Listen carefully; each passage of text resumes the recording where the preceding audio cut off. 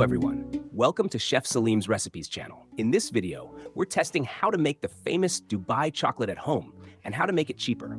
Let's see how it goes. I don't want to make this chocolate exactly the same way.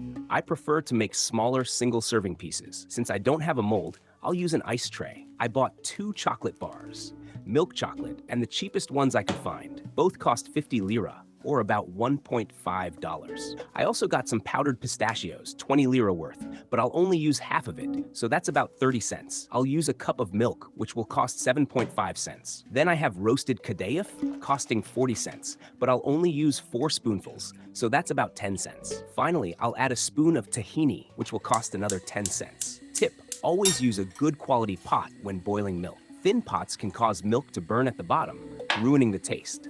Opt for thicker pots or non-stick ones. Now, let's start boiling a cup of milk for about 20 minutes. I'll add it to a pot and turn on the heat. While the milk boils, let's prepare the other ingredients.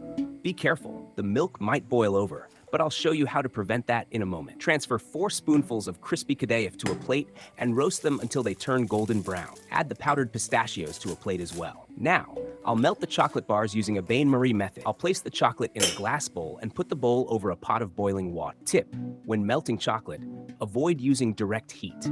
It's very sensitive and can burn easily, which will ruin the texture and flavor. The bain-marie double boiler method ensures smooth, evenly melted chocolate. The roasted Kadayıf needs to stay crispy, and the pistachios should be high quality, though we're focusing on cost efficiency today. The chocolate should ideally be Belgian, but since we're not splurging here, we'll use what we have. To prevent the milk from boiling over, place a wooden spoon across the top of the pot. Even if you increase the heat, the milk won't spill over. This is a handy tip you might find useful.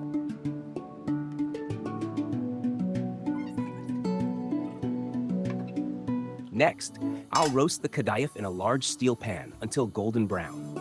I wonder how this would turn out if I used vermicelli instead. Maybe it would be even crispier. But for now, let's stick to Kadayıf. We'll cool it down completely before adding it so it stays crispy. Tip: when roasting ingredients like Kadayıf or nuts, keep stirring constantly to prevent burning and achieve an even roast.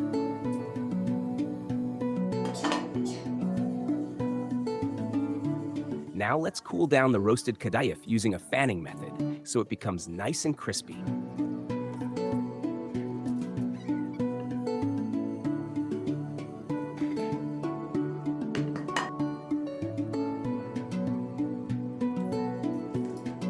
What do you think of this trendy chocolate? I think it's just social media hype, and it's too expensive for what it is. I doubt it will live up to the expectations, but let's see. Once our chocolate melts and the milk is ready after 20 minutes of boiling, I'll pour the milk into a container and freeze it. The milk doesn't seem thick enough, but it should thicken as it cools. Now we'll continue melting the chocolate over medium heat. Make sure not to overheat or burn it.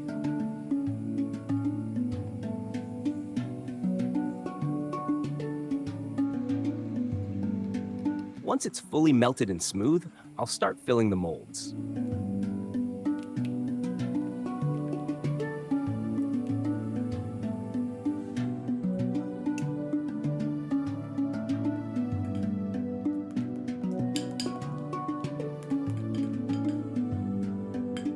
I'll pour the chocolate slowly into the ice tray molds and shake it a bit to make sure the chocolate spreads evenly.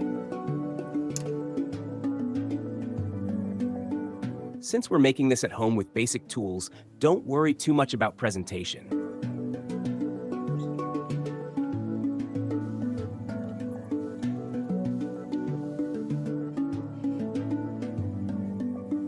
We're just experimenting to satisfy our curiosity without spending too much.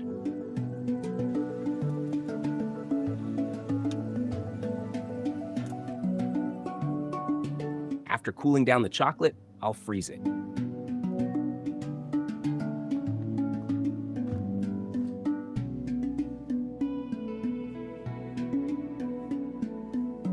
Now let's prepare the filling for the Dubai chocolate. Typically, it includes peanut butter, but I couldn't find any at the store.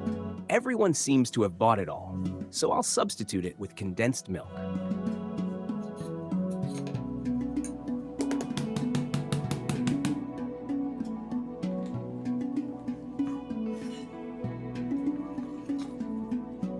After combining all the ingredients, I'll use a small spoon to fill the molds with the mixture.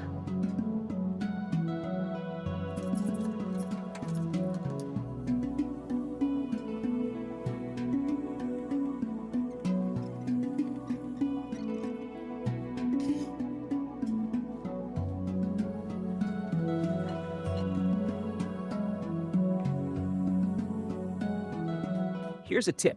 If you want to keep it simple, just fill a surprise egg chocolate mold for a quick treat. I'll seal the filled chocolates with more melted chocolate. Once that's done, we'll put them back in the freezer.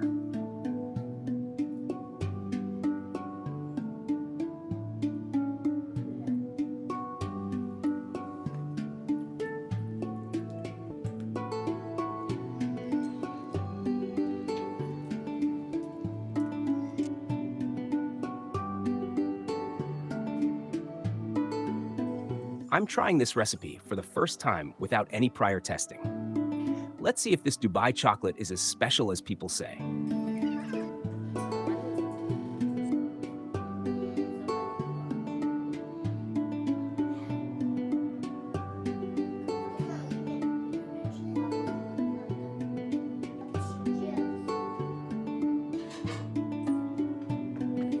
After about 15 minutes in the freezer, it seems like the chocolate isn't fully set yet.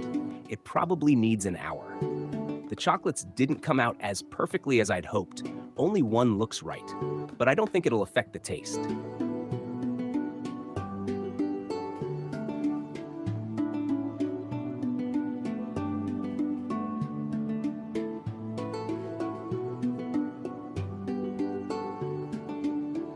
Tasting time. Now, let's talk about the taste and cost. In stores, this Dubai chocolate is extremely expensive, but making it at home only cost us about $2.5 or around 80 lira.